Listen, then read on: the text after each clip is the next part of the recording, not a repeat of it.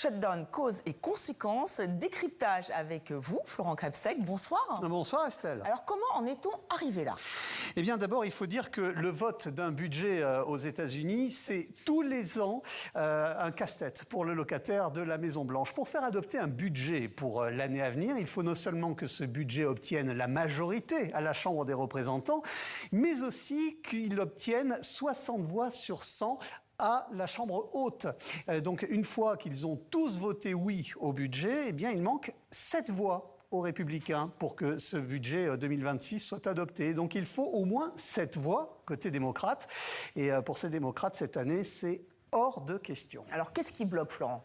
Eh bien, sur ce budget 2026, les démocrates veulent notamment voir apparaître la prolongation de certains programmes d'assurance santé pour les plus démunis. L'administration Trump dit non, pas question. Personne ne veut rien lâcher, à tel point que certains observateurs pensent que le record de durée de ce 22e shutdown pourrait être battu. Alors justement, le record, il était de combien de jours?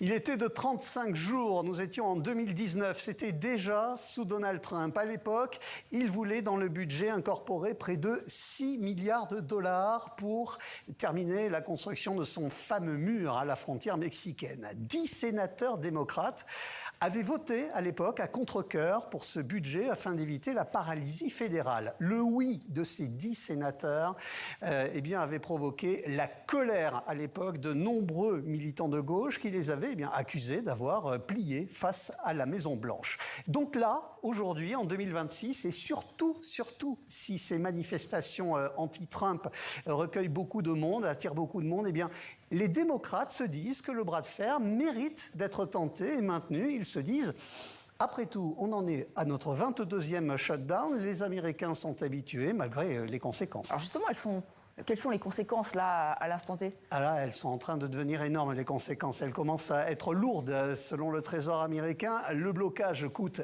15 milliards de dollars par semaine à l'économie du pays.